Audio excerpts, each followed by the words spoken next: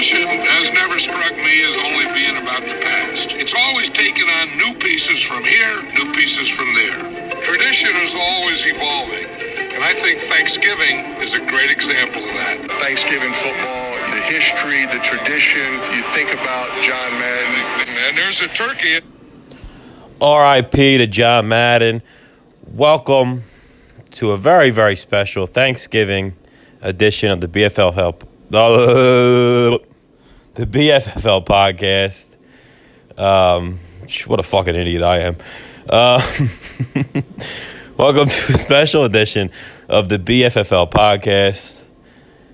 Fuck, I don't even know what I was going to say. Let's do a little power rankings. I would retake this, but you guys really don't deserve that. So I'm just going to let it ride. Let it ride. Fuck it. If the president can stutter, so can I. Let's do a special edition of the podcast. Let's do a little power rankings action.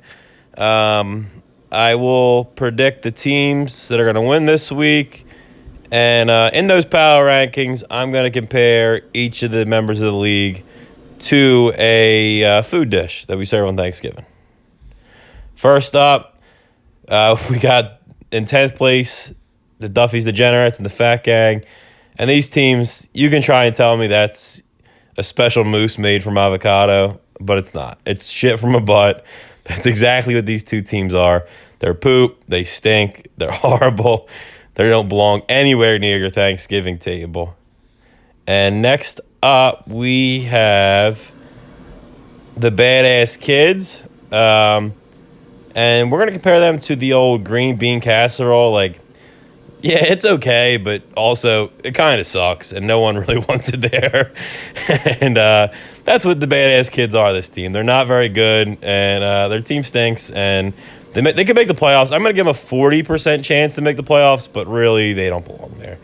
Next up, we have the No Jabronis, and we compare them to corn. Like, yeah, it's good on Thanksgiving. It's good whenever, but I mean, you really could have it any day of the week. It's dime a dozen. Nothing's anything fancy for you. It's okay. And ultimately, it's just going to come out in your shit, you know? We're going to give them a 50% chance to win the division. And if they don't win the division, maybe a 10% chance to be in the wild card spot. Next up, we have the One-Eyed Jerk-Offs. And they are going to be compared to a dinner roll. I mean, it's very reliable. You know, always there for you. If you need to get filled up quick, it's good for you, you know, a nice little dinner roll. It's not the main dish, but it's a nice compliment to the main dish. Maybe a little soft overall. And this year's rolls, they just feel a little bit stale. And that's kind of where we are with the, what's his name again? The One-Eyed Jerk-Off. That's where we are this year with them. We're going to give them a 49% chance to win the division, and probably about the same, maybe a 10% chance to be a wild card if they don't win said division. Next up, we got Black and the Kensington Stranglers, mashed potatoes, just fucking solid all around. You can always count on them on your plate, count on them to win big games this year. Black's been kind of had an up and down season, but he's still in the mix. He's the defending champ. We're not counting him out. That's why we got him slotted right here in the 5th spot. Next up, we have the Old Dirty Bastards, and we have them as the cranberry sauce. A lot of people in my family are like, no, let's not have it this year. Enough's enough. And I'm like, no, this is the year for cranberry sauce. It's going to be great. Plus, I compared to Richie because, cranberry sauce got a little bit of jiggle, and, Richie got that thang on him. So he's cranberry sauce.